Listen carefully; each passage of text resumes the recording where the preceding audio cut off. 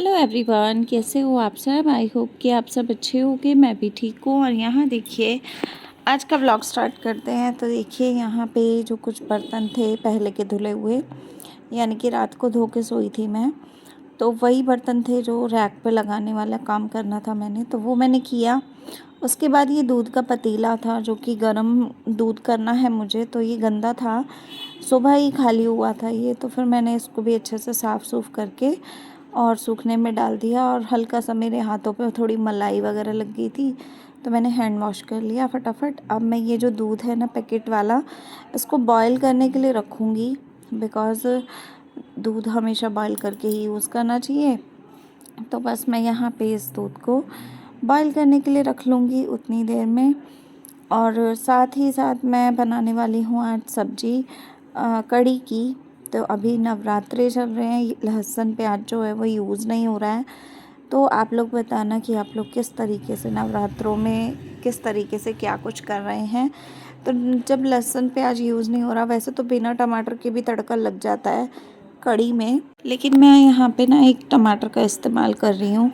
थोड़ा सा हल्का सा टेस्ट आ जाता है, मतलब अगर कढ़ी में आप टमाटर डाल देते हो। ज़्यादातर मैं नहीं डालती, मैं ना प्याज और हरी मिर्ची वगैरह ही डालती हूँ, मतलब जो लाल मिर्च वगैरह होती हैं वही सब चीज़ें यूज़ करती हूँ। तो यहाँ मैंने सूखा धनिया और जीरा और हींग तीनों चीज़ें मिक्स की और टमाटर डाल दिए।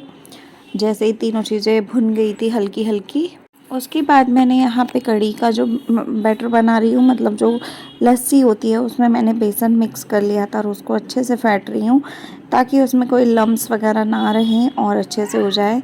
उसके बाद मैंने कढ़ाई में डाल दिया नमक मिर्च हल्दी और हल्का सा नाम का धनिया पाउडर। तो ये 4 चीज़ें हर सब्ज़ी में इस्तेमाल करती हूँ मैं। अब मैंने ये जो घोल बनाया था ये डाल दिया और उसके बाद ढेर सारा पानी डलता है इसमें, तब कढ़ी रेडी होती है। सभी को पता है कि कढ़ी है ही ऐसी चीज़ की जिसमें बहुत पानी डलता है और वो कड़ कड़ के बनती है। तो यहाँ पे एक तरफ दूध रख दिया, एक तरफ मैंने ये जो कढ़ी है ये बनने को रख दी। जब तक मैं इधर उधर सामान समेट रही थी, तब तक देखिए दूध फटाफट निकल के बाहर आ गया। तो ये इस तरीके की चीज़ें आजकल रोज़ हो जाती हैं मेरे साथ, क्योंकि जब दूध के पास खड़े रहते हैं ना, तब दूध नहीं आता है बाहर। लेकिन हल्का से भी आप इधर से उधर होगे, आपका दूध फटाक से बाहर आ जाता है। तो बस उसके बाद दूध हो गया था। उसके बाद ना मैंने गैस कढ़ी वाला जो है वो थोड़ा बंद किया था अभी फ़िलहाल में, क्योंकि ना इतना ही काम करते करते किचन में बहुत ज़्यादा गर्मी हो गई थी। और आप धूप भी देख रहे हो कि बाहर से आ रही है, तो मुझे बर्तन धोने थे। तो मैंने सोचा कि क्यों ना 5 मिनट के लिए फटाफट बर्तन के लिए, मतलब पंखा चला लिया जाए और गैस जो है वो बंद कर दिया जाए। तो गैस मैं अभी दोबारा ऑन कर दूँगी जब मैं किचन से रूम में वापस जाऊँगी। तो कढ़ी धीरे धीरे कढ़ती रहेगी सिम गैस पे, तो मैं सिम गैस करके इसको चली जाऊँगी। तो यहाँ मैं अपने बर्तन धो रही हूँ। ये बर्तन जो है ना, ये आज सुबह नाश्ते के ही हैं। कुछ नाश्ते के हैं, कुछ इक्का दुक्का बर्तन फ्रिज में से निकले थे, कुछ ऐसे थे जिसको अभी कढ़ी बनाई है ना, तो कढ़ी वाले बर्तन थे। तो ये सारे बर्तनों को मैं अभी यहाँ फ़िलहाल में निपटा रही हूँ। निपटाने के बाद मैं पूरा गैस, पूरी शेल्फ़, जितना भी चीज़ें हैं वो साफ़ कर लूँगी अच्छे से। और उसके बाद ना मैं ये गैस को अच्छे से साफ़ करूँगी, क्योंकि ना गैस के नीचे दूध गिर गया था अभी जो बॉयल हुआ था वो वाला। तो यहाँ मैं बर्तनों को भी साथ साथ लगा रही हूँ, क्योंकि कुछ बर्तन और भी निकल आए हैं, चाय के कप वगैरह और इक्का दुक्का बर्तन और भी हैं, तो वो सब भी मुझे निपटाने हैं। तो यहीं रखूँगी उनको भी। तो यहाँ पे देखिए, ये कुछ बर्तन जैसे निकलते जा रहे हैं, साथ के साथ मैं निपटा के और सफाई करती जा रही हूँ। और गैस को अच्छे से साफ़ करने के बाद मैंने ये बर्तन जो है वो ऊपर रख दिए। दूध मैंने साइड में शेल्फ़ पे रख दिया। अब मैं कढ़ी जो है अभी चालू नहीं की है मैंने, अभी मैं बाद में करूँगी। अभी मैं घिया कद्दूकस कर रही हूँ। तो ये एक घिया छोटा सा पड़ा था फ्रिज में, बहुत मतलब 2-4 दिन से आया हुआ है, तो कुछ बना ही नहीं इसका। तो मैंने सोचा कि क्यों ना, अभी पकोड़े तो मुझे कढ़ी के लिए तलने ही हैं, तो वो तेल वगैरह तो गर्म होगा ही, ऑयल गर्म होगा ही, तो मैं क्यों ना थोड़ा एज अ स्नैक्स के तौर पे ये घी के पकोड़े बना लूँ। और अभी फ़िलहाल में खाए जाएंगे तो ख़त्म हो जाएंगे ये भी। तो बस मैं इस घी को अच्छे से कद्दूकस कर रही हूँ। और इस घी के अंदर सिर्फ बेसन और नमक मिर्च 2 चीज़ें ऐड करके और मैं इसको ना अच्छे अच्छे बॉल टाइप के पकोड़े 4-5 बना लूँगी इससे, जितने भी बनेंगे उतने। तो ये अभी हम ऐसे ही खा लेंगे, खाना तो अभी नहीं खाएंगे क्योंकि अभी तो फ़िलहाल में सुबह के 11:30 बजे का टाइम हो रहा था। तो मैंने कद्दूकस जो है वो वहाँ सिंक में रख दिया और अब पंखा बंद करने के बाद दोनों गैस जो है वो ऑन कर दिए। एक तरफ कढ़ी हो रही है, दूसरी तरफ ऑयल रखा है मैंने गर्म होने के लिए। तो यहाँ पे ऑयल के साथ ही ना मैं इसमें सामान डाल रही हूँ और अजवाइन भी डाली थी मैंने इन पकौड़ों में। तो इसी के घिए के पानी को ना अलग नहीं किया और एक्स्ट्रा पानी भी ऐड नहीं किया। तो घिए में बहुत पानी होता है, तो आप 2-3 चम्मच बेसन डालोगे ना तब भी वो गीला गीला सा ही रहता है, मतलब पकौड़े उसके बन जाते हैं। तो इस तरीके से मैं यहाँ पे ऑयल गर्म होने के बाद छोटे छोटे पार्ट्स में इस बैटर को रखे जा रही हूँ कढ़ाई में। तो ये फटाफट से हमारे घी के पकौड़े जो हैं वो बन के रेडी हो जाएंगे। तो फिर ये हम खा पाएंगे और फिर एक तरीके से घिया वेस्ट भी नहीं होगा। तो घिए का कुछ खाने पीने में बना नहीं, तो इसीलिए मैंने सोचा कि क्यों ना वेस्ट हो रहा है तो चलो पकौड़े तल लेते हैं। आप लोग भी खा के ट्राई करना, बहुत अच्छे बनते हैं पकौड़े। और कद्दूकस करना है मोटे वाले कद्दूकस से, और उसके बाद आप इसमें थोड़ा सा बेसन ऐड करो 2 से 3 चम्मच, और नमक मिर्च और अजवाइन, ये 3 चीज़ें डाल के आप अपना पकोड़े बना लो, बहुत टेस्टी बनते हैं। तो यहाँ पे ये पकोड़े हो गए और बाकी बचा हुआ डिब्बे में ज़रा सा बेसन था, उसको मैंने एक बाउल में निकाल लिया। अभी मैं नया पैकेट खोलूँगी तो और ऐड करूँगी बाउल में, क्योंकि जो कड़ी वाले पकोड़े हैं वो अभी मुझे बनाने हैं। तो यहाँ पे आप देखिए कड़ी कितने अच्छे से कड़ रही है, धीरे धीरे से कड़ रही है, और धूप का रिफ्लेक्शन बहुत ज़्यादा पड़ रहा है तो आप उसको इग्नोर कर सकते हो। और यहाँ पे मेरे जो घिए के पकोड़े हैं वो आराम से तल रहे हैं, बहुत अच्छे कलर में आ जाते हैं ये और बहुत ही टेस्टी बनते हैं। तो ये केचप के साथ खाने में एकदम परफेक्ट जाते हैं, हरी चटनी में भी बहुत टेस्टी लगते हैं अगर आप खाना चाहो, अगर आपके पास हो तो। तो यहाँ पे ये बैटर मैंने बेसन निकाला है, इसमें और ऐड करूँगी। ये कड़ी में जो डालने वाला बेसन है ना, हाँ पकौड़े, उसके लिए पकौड़ों के लिए मैंने निकाला है। तो ये मैं बाद में करूँगी, अभी मेरे पकौड़े जो है वो तल के रेडी हो गए हैं ये वाले, और अभी मैंने फ़िलहाल में गैस बंद की है। तो पकौड़े कड़ी के लिए मैं बाद में बनाऊँगी, पहले मैं रख रही हूँ चावल। तो चावल को मैंने अच्छे से धो लिया, कुकर में डाल दिया, जितना पानी ज़रूरत थी उतना डाल दिया, हल्का सा जीरा डाल दूँगी, हल्का सा नमक डाल दूँगी, और साथ ही साथ 1 चम्मच इसमें देसी घी डाल दूँगी।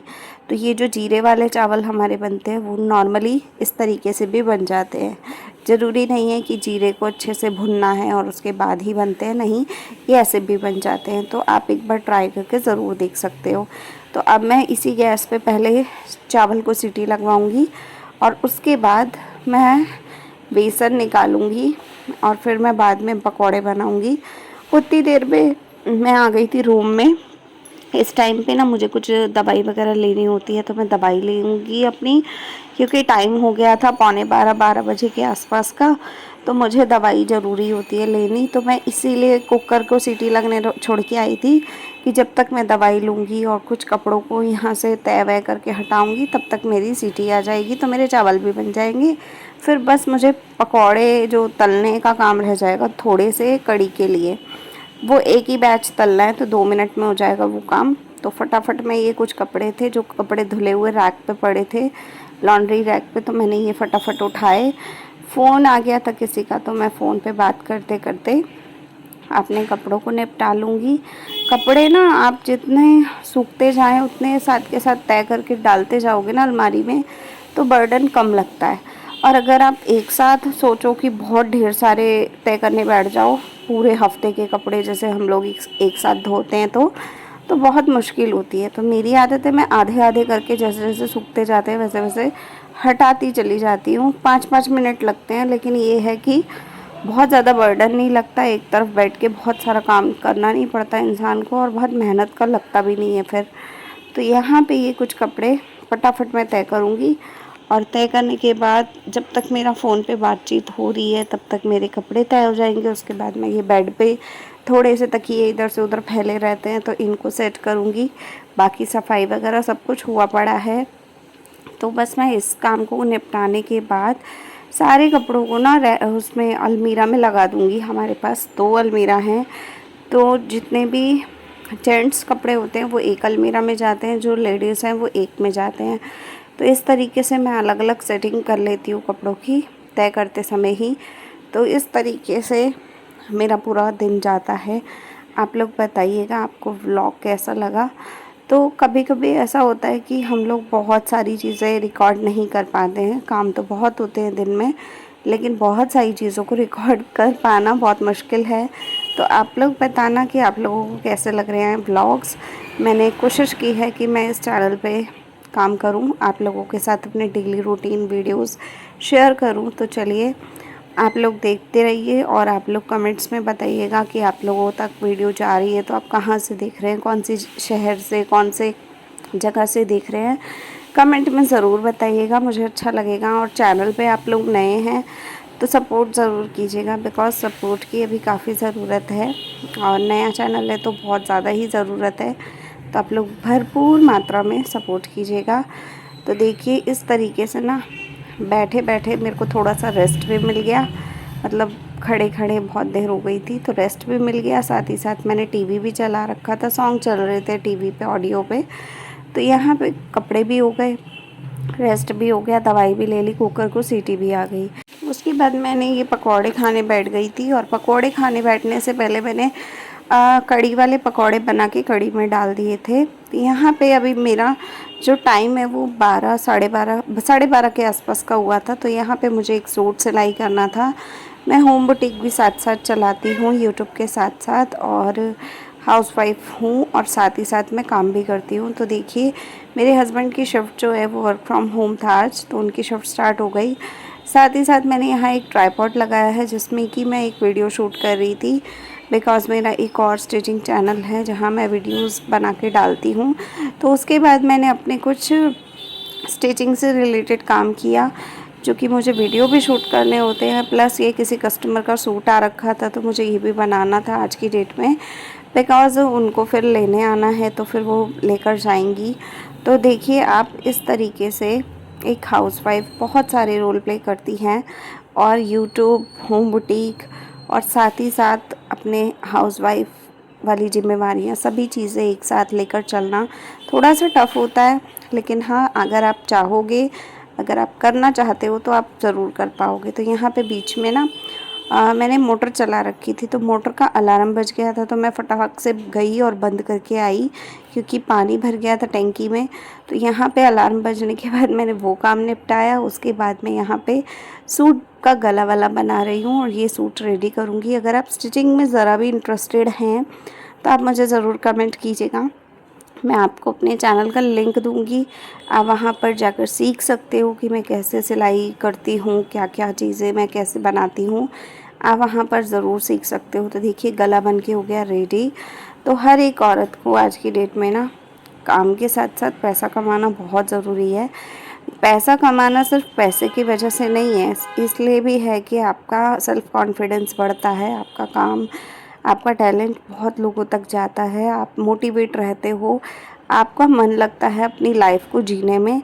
और जब भगवान ने हमें इस जून में भेजा है तो मुझे लगता है कि अपना टाइम वेस्ट करने से अच्छा है कि हमें काम प्रॉपर करना चाहिए। तो देखिए आप गला बना लिया था मैंने आगे का, अब मैं पीछे का बना रही हूँ।